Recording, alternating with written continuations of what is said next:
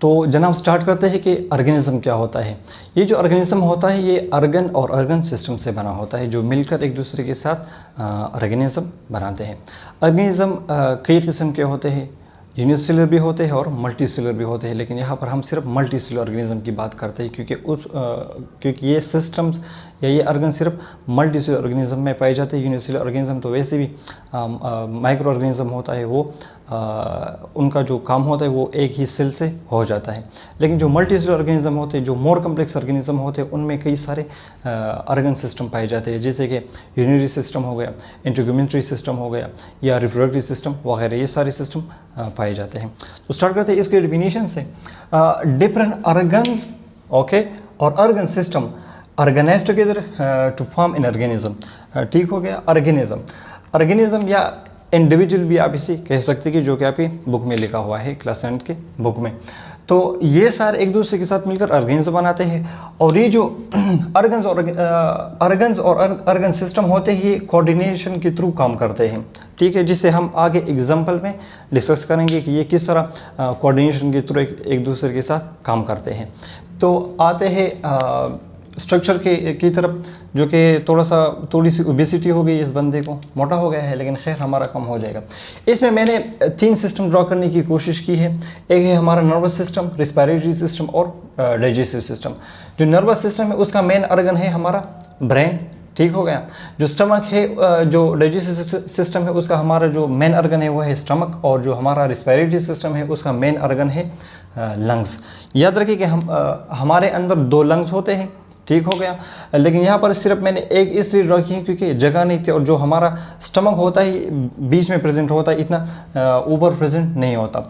और ये जो स्पाइनल कार्ड मैंने ड्रॉ किया है हमारे बैक के बिल्कुल इन तक प्रेजेंट होता है, ना कि इधर तक, क्योंकि जगह कम थी तो इसलिए मैंने इस तरह ड्रॉ कर दिया।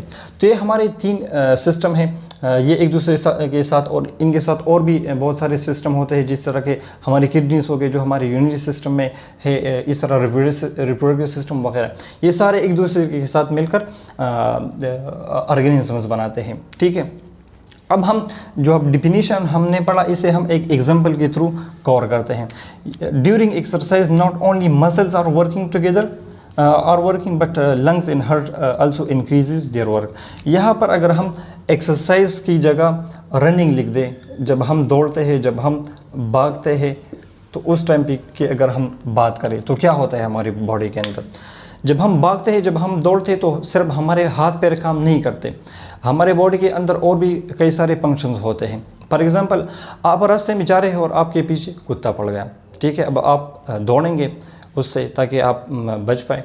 तो जब आप भागेंगे तो सिर्फ आपके हाथ पैर काम नहीं करेंगे, आपके जो हाथ पैर आते ये हमारे मस्कुलोस्केलेटल सिस्टम में आता है, हमारे मसल्स और बोन्स ये मूवमेंट करेंगे। ठीक है, इसके साथ साथ हमारा रिस्पिरेटरी सिस्टम भी काम करेगा, यानी हमारे नोज़ और लंग्स वो क्या करेंगे, वो रिस्पिरेशन करेंगे, इनहेलेशन और एक्सहेलेशन ऑफ एयर और एक्सचेंज ऑफ एयर करेंगे। ठीक है, एक्सचेंज ऑफ गैसेस करेंगे।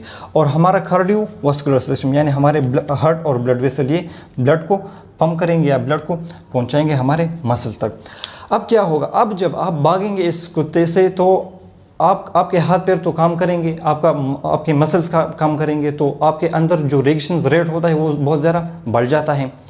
जो रिएक्शन जब होते हैं तो हमें पता है कि कार्बन डाइऑक्साइड प्रोड्यूस होता है, और हम ये भी पता है कि हमारा जो कार्बन डाइऑक्साइड होता है हमारे बॉडी के लिए बहुत ज़्यादा हार्मफुल होता है।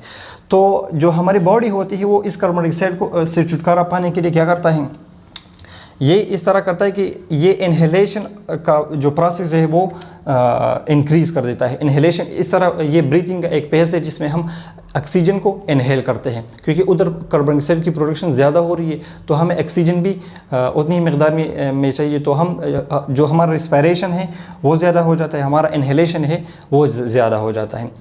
तो अब हम ऑक्सीजन को इनहेल करते हैं, कार्बन डाइऑक्साइड को एक्सहेल करते हैं, तो जो ऑक्सीजनेटेड ब्लड आता है हमारे हार्ट के अंदर वो उसे जल्दी पंप करता है। तो इस तरह जो पंपिंग रेट होता है, जो हार्ट बीट होता है वो भी इंक्रीज़ हो जाता है। तो आपने देखा कि किस तरह हमारे एक मोमेंट की वजह से कितने सारे प्रोसेस और भी इंक्रीज़ हो गए। तो ये हो गया कोऑर्डिनेशन का एग्जांपल।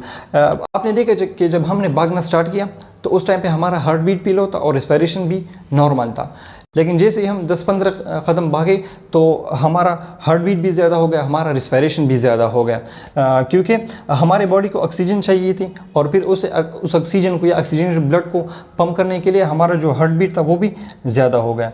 तो ये था कोऑर्डिनेशन का एग्जांपल। क्विक सा रिव्यू लेते हैं टॉपिक का। अब तक हमने पढ़ा कि जो हमारे जो एक ऑर्गेनिज्म होता है मुख्तलिफ ऑर्गन्स और ऑर्गन सिस्टम से बना होता है, और ये ऑर्गन्स और ऑर्गन सिस्टम कोऑर्डिनेशन के थ्रू काम करते हैं, यानी एक दूसरे के साथ मिलकर काम करते हैं, और एक ऑर्गेनिज्म का जो सर्वाइवल होता है वो तभी पॉसिबल होता है।